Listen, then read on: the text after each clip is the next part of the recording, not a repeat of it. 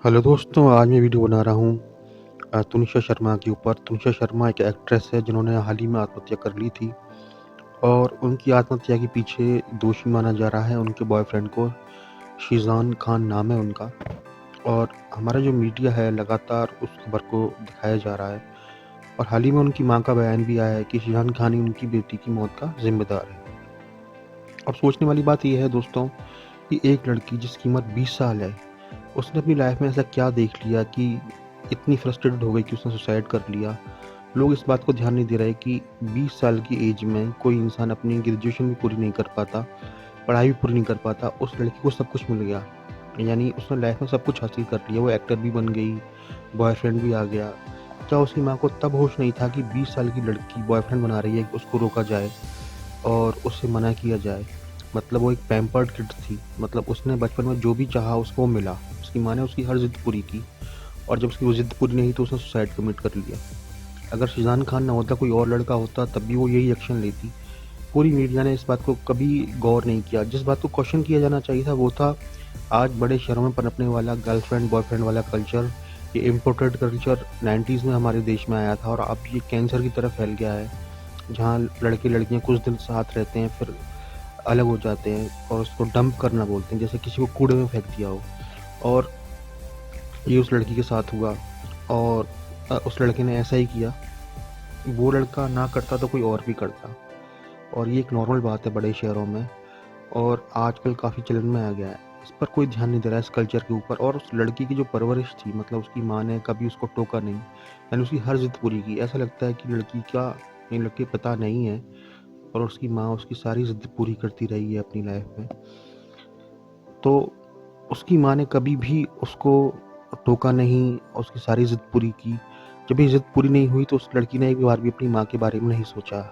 हम किस तरह के बच्चे बना रहे हैं, किस तरह की नई नस्ल पैदा कर रहे हैं, उस पर हम ध्यान नहीं दे रहे। उसको डिस्कस करने की बजाय अब हमारा मीडिया भी इसमें कूद पड़ा और अब हमारे हिंदूवादी संगठन भी इसे लव जिहाद बता दिया कि ये लव जिहाद है। मतलब उसको उसमें धर्म भी घुसा दिया।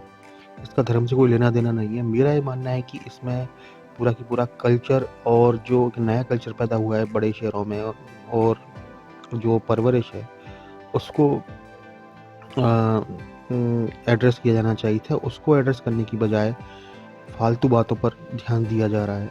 एक बच्चा जिसकी उम्र 20 साल है, 20 साल में इंसान क्या समझता है लाइफ के बारे में, ज़िंदगी के बारे में कुछ नहीं जानता। मतलब उसे लड़का नहीं मिला तो सुसाइड कर लिया ना, मतलब लाइफ में सारी ज़िद्दें लगता है उसकी पूरी हुई थी। अपनी माँ के बारे में एक बार भी नहीं सोचा। उस लड़की को दोष देने की बजाय उस लोग लड़के के पीछे पड़ गए।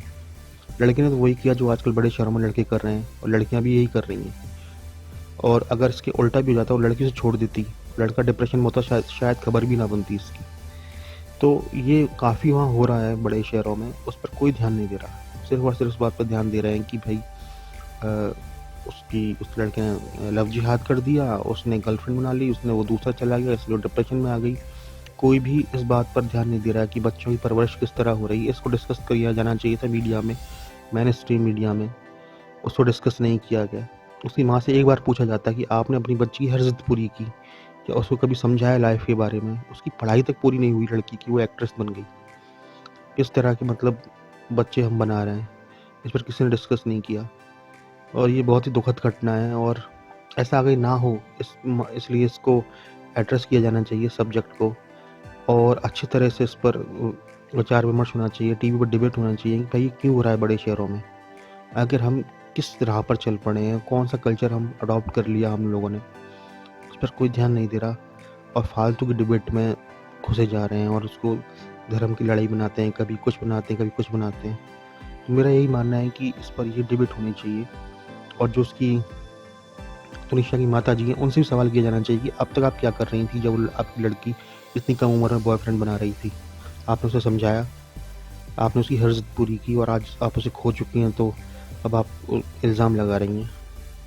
तो एक सोचने वाला विषय है और मेरा मानना है कि इस पर डिबेट होनी चाहिए। आपका क्या मानना है, आप कमेंट में अपनी राय बताइए।